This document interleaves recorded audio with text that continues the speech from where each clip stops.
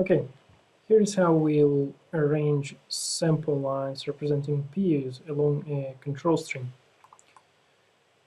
In this drawing we have a control string, and we'll start by going to command sample lines, which asks us to specify an alignment.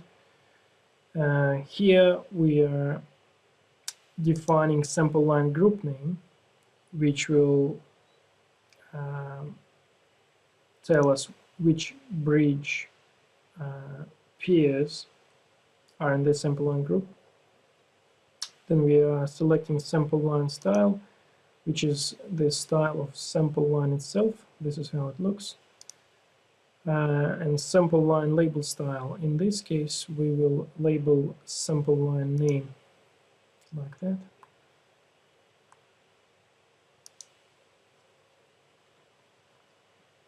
And let's hit OK.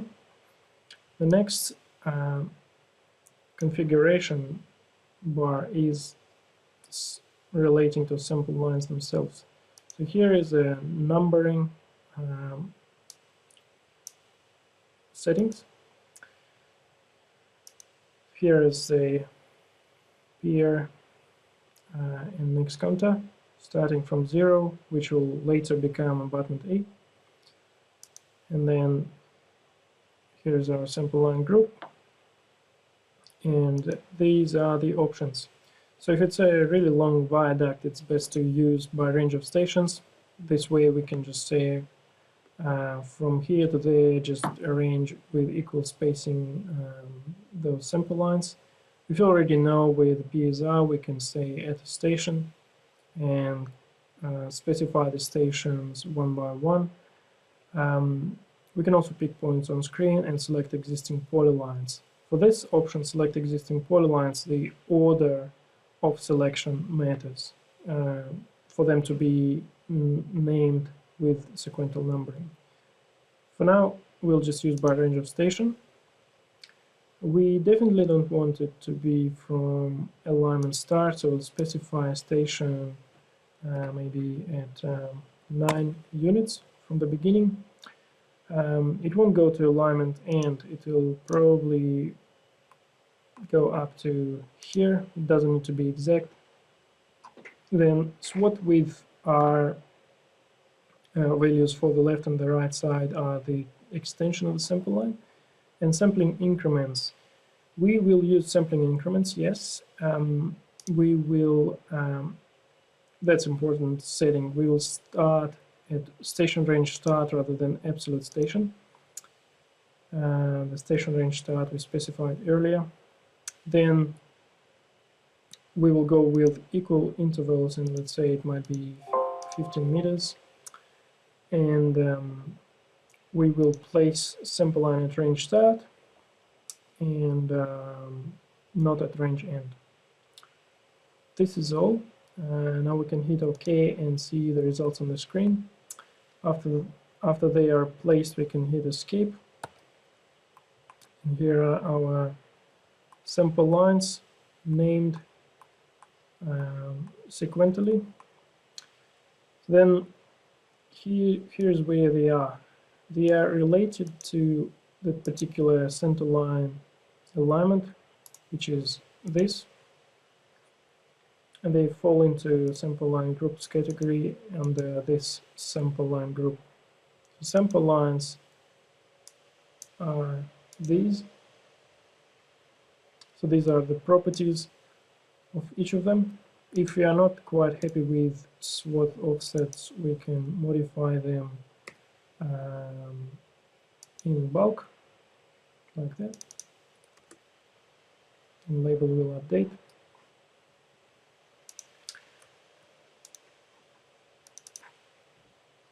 So the next step would be to apply additional labels to this sample line group, because just center lines obviously is not enough.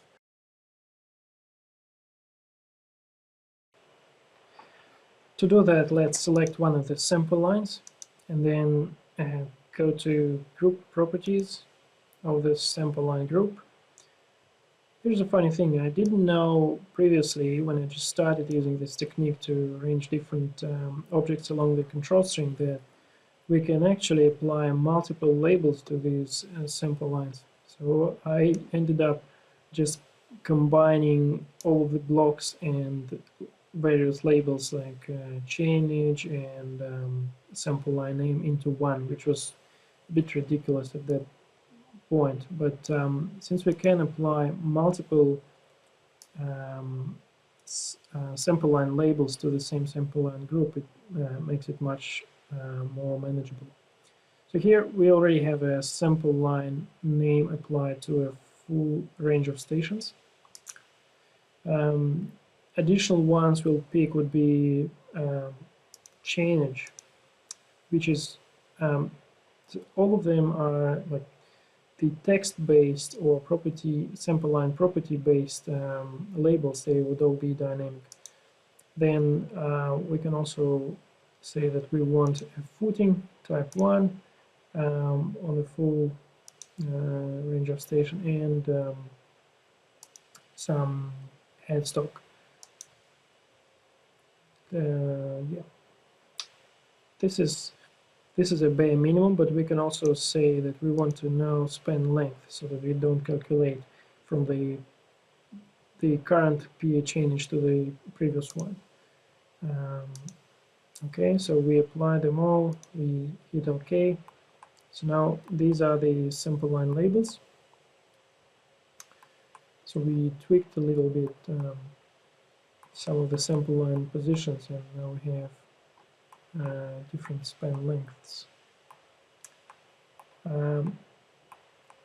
These labels can be swapped one by one, so if we select one of them holding Control key, then we can say instead of this footing we would actually want to show an abutment A. Okay, and if we don't need a particular label, if we sort of arrange them just as a placeholder, we can also say that the visibility of it should be false. And let's also change another one to abutment B and hide this one. So we can do it one by one, or we could also in the sample line group labels we can say that headstock won't need to go to the full range of stations, but they would stop here and start beyond the abutment. So now we'll just hide it. So here we are with our peer arrangement in plan. By the way, they are, as you can imagine, they are pretty much linked to an alignment, maintaining the station values in here.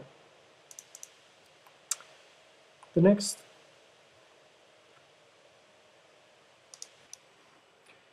now let's make some changes to the arranged sample lines. So let's say if you need to modify the geometry of both abutments, and in this case I was using the same block, so we can go to block edit, we can select the abutment we have, and if we have some free time on our commute, then we can generate something like that, which I did earlier this year. So then go to parameters manager and assign the values needed, which would be, let's say, width left and right would be 5 meters if required, and the skew angle would be 15 degrees. So then I close block editor and both blocks are updated. If you want to split them, we'll just need to save them as a different name and then apply different parameters to each one of them. And then for this simple, relatively simple control string geometry and bridge arrangement, when P's are placed along the control string, centrally located, we can also apply SQ. So here, if I select this sample line label group, then it still remembers that we changed these by instance, but for the footing we can also say that it needs to be skewed. So inside the sample line label, this particular one, I've just used the same block, and I've created a child style, and then I've just applied rotation. So these are now rotated, buttons are untouched. That's a way to modify some of these.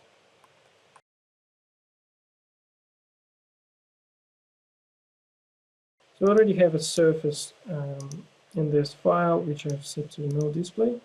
This is how it looks. And I probably need to move it back again. And this movement of alignment, of course, in a real project, it won't be as dramatic as that most of the times. And it's the devil is in the details. So it's when there are minor tweaks to alignment, we would want our peers to be still linked to the control string and not be slightly shifted by some minor values. So let's now move on to generate a profile view. So we'll create a profile view for this alignment. We don't need any exaggeration here. Yeah, we can make it full range. Profile view height, we can say, okay, it needs to be starting from 0. And data bands. Here I'm using sectional data to query all the sample line properties and positioning. So for the bottom of profile view, here are the peer name, design profile, existing profile, and change. So for the top of profile view, we'll be able to query span length, that distance to previous sample line. And let's move on and generate profile view. I would normally enable the snap mode and grid mode to position both profile views and assemblies, which makes it a bit tidier. So here we have the same information we have in plan is reflected now on our profile view. Of course, here we can say we need to change existing surface label to query that profile. But before that, we would need to project this surface onto this profile view. So for that, we'll go to create surface profile. That's the alignment we want to project it to. That's the surface. We'll click add, and we'll just draw in profile view. So here's our surface profile. So now we are able to add this information to the data banks. So here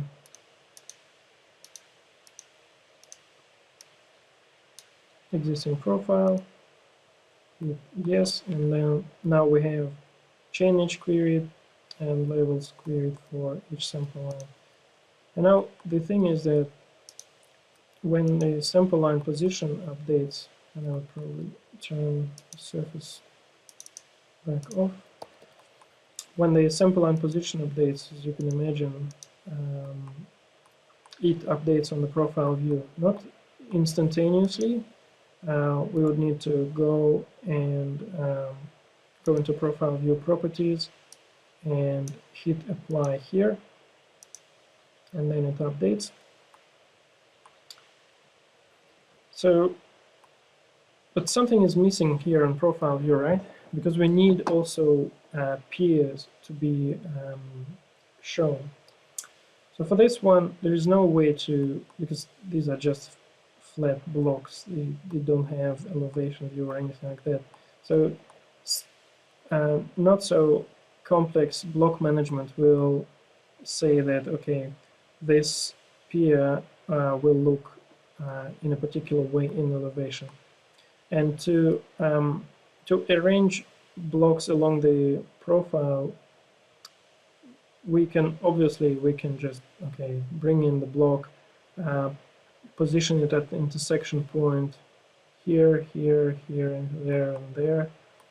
But then it would be a one-off exercise, right? We won't have a dynamic updates.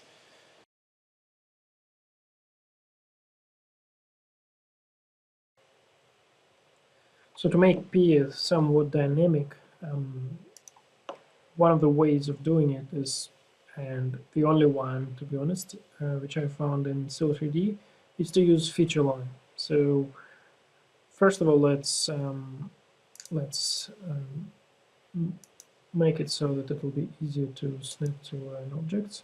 So we'll need just the first and the last sample lines, control string and the long section, and I would isolate those.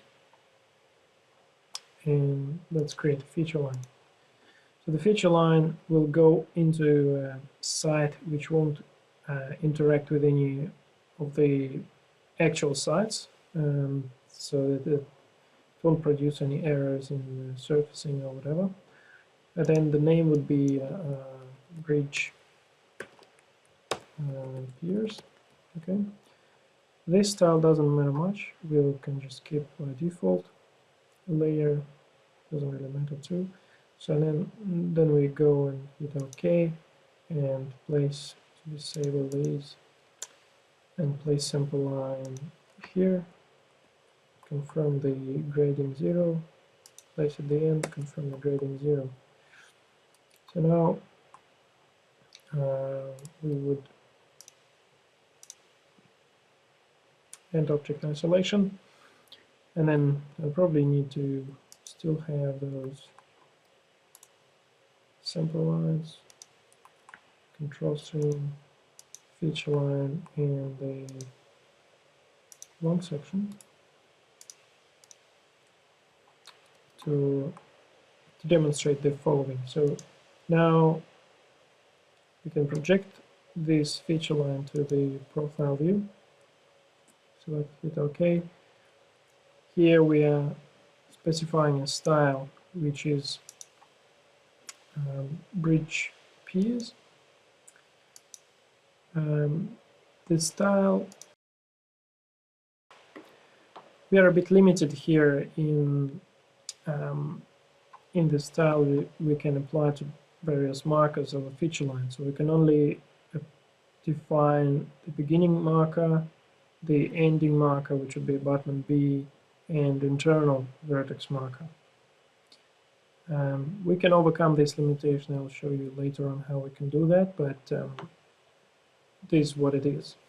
And the feature lines, they were not meant to be displaying piers in the first place. So let's hit OK, and then that's the feature line style we need to use, and then elevation options, we'll select design profile. So hit OK, and now we have both abutments shown. We are missing all the intermediate piers. For that one, we will select the feature line and insert additional vertices. By clicking each of the intersection points, we are sort of killing two birds with one stone, because we are placing piers at the correct chainage, and at the same time we also attach them to a design profile.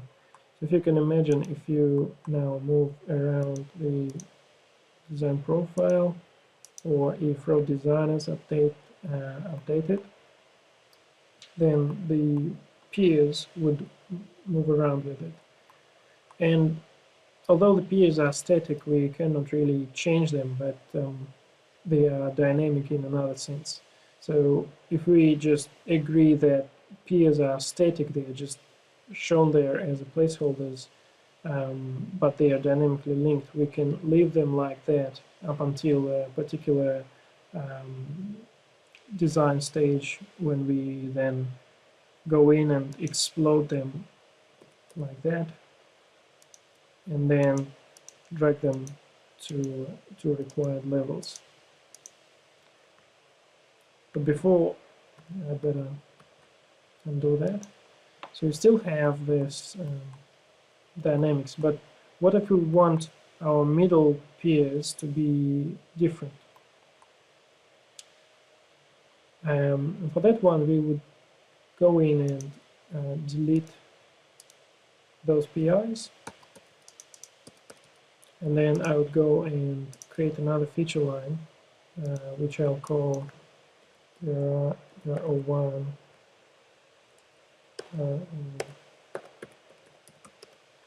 And these would be tremendously architectural peers, of course, so we would just name it like that, and then I would go on and position this feature line, and then I'll project it.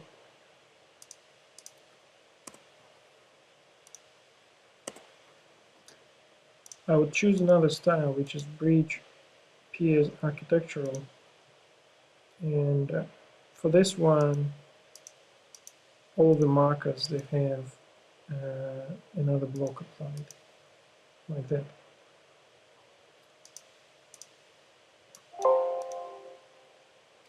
And the elevation, obviously, design profile. So now we have different types of peers arranged and dynamically linked to the profile. As you can imagine, you can also copy the feature line and just arrange footings, attaching them to the earthworks. Then there would be a bit of a disconnection there, but the picture would be much more complete and much more dynamic in a sense. So that's peer representation in the long section.